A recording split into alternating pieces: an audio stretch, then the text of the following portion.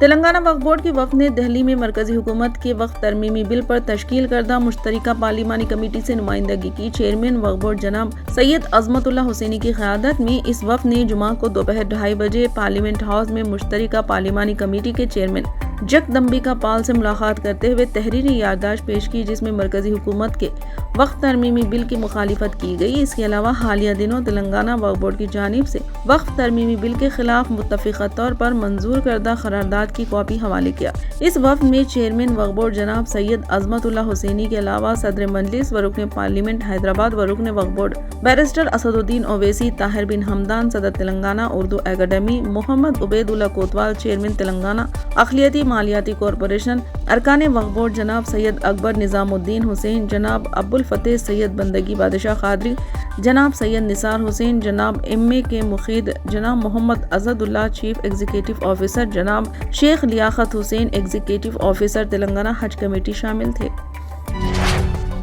جے شنکر بھوپال پلی کے ضلعی عدالت نے ایک بار پھر سابق چیف منسٹر کے چندر شیکھر راؤ اور IAS آفیسر سمیتا سبھروال کو نوٹس جاری کی ہے۔ عدالت نے KCR اور سمیتا سبھروال کو 17 اکتوبر کو عدالت میں حاضر ہونے کی ہدایت دی۔ بھوپال پلی کے راجا لنگا مورتی نے ضلعی عدالت میں عرضی داخل کرتے ہوئے الزام لگایا کہ میڈیگڈا بیرج کے ڈوبنے سے سرکاری خزانے پر بھاری نقصان پہنچا ہے۔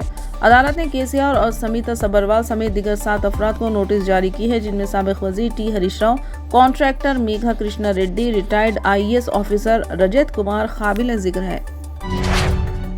کانگریس کے senior party leader Mahesh Kumar Goud کو تلنگانہ پردیش کانگریس کمیٹی کا صدر مقرر کیا گیا ہے۔ کانگریس تنظیم کے جنرل سیکریٹری KC وینوگوپال کے ذریعے جمعے کو جاری کردہ ایک بیان میں کہا گیا کہ پارٹی کے قومی صدر ملک ارجن کھڑگے نے گوڑ کو تلنگانہ پردیش کانگریس کمیٹی کا نیا صدر مقرر کیا ہے۔ ان کی تقرری فوری طور پر نافذ العمل ہوگی۔ گوڑ نے ریونت ریڈی کی جگہ لے لی۔ ریونت ریڈی کے وزیر اعلیٰ بننے کے بعد پارٹی کو ہمہ وقت ریاستی صدر کی تلاش تھی۔ نوجوانوں میں سیلفی ویڈیوز اور ریلز بنانے کا جنون دن بدن بڑھتا جا رہا ہے اور اس جنون میں ان کی جان پر بن آ رہی ہے۔ تازہ طور پر جمعرات کو ریاست تلنگانہ کے ضلع کاماریڈی ضلع کے بانسواڑہ منڈل کے دیسائی پیٹ گاؤں میں بھی ایسا ہی واقعہ پیش آیا۔ پوچرم کالونی کا رہنے والا شیوراج، جس کی عمر 20 سال بتائی گئی ہے، وہ سانپوں کو پکڑ کر گزر بسر کیا کرتا تھا۔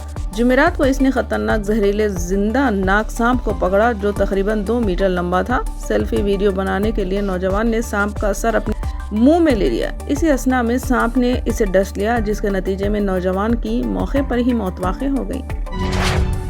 سدرن پاور ڈسٹریبیوشن کمپنی کے عملہ یا عہدیداروں کی جانب سے رشوت طلب کرنے پر شکایت کرنے کی خواہش کی گئی ہے۔ ادارے کے CMD مشرف فاروقی نے یہ بات بتائی۔ انہوں نے کہا کہ دفتر CMD میں بدعنوانیوں سے متعلق شکایت کے لیے خصوصی انتظامات کیے گئے ہیں۔ رشوت طلب کرنے والوں کی اطلاعات اسکرین پر دیے گئے نمبرات پر دی جا سکتی ہیں۔ انہوں نے کہا کہ ادارے کی جانب سے برقی صارفین کے لیے معیاری خدمات کی فراہمی کو یقینی بنانے کو اولین ترجیح دی جا رہی ہے۔ بعض ملازمین اور عہدیدار رشوت ستانی کے واقعات میں ملوث ہو کر ادارے کا نام بدنام کر رہے ہیں۔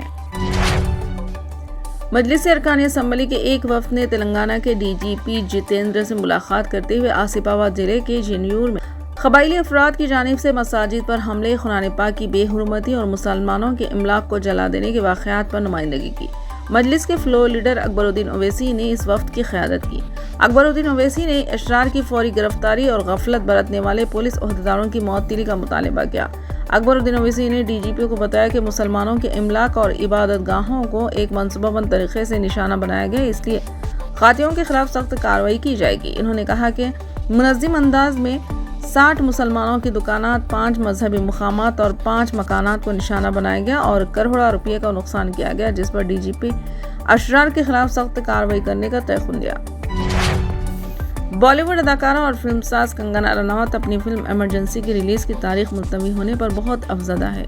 کنگنا رناوت کی فلم ایمرجنسی تنازعات کے گھیرے میں ہے۔ اسے سنسر سرٹیفکیٹ نہ ملنے پر فلم کے میکرز بامبے ہائی کورٹ پہنچے تھے۔ فلم کی ریلیز تقریباً 2 ہفتوں کے لیے رک چکی ہے۔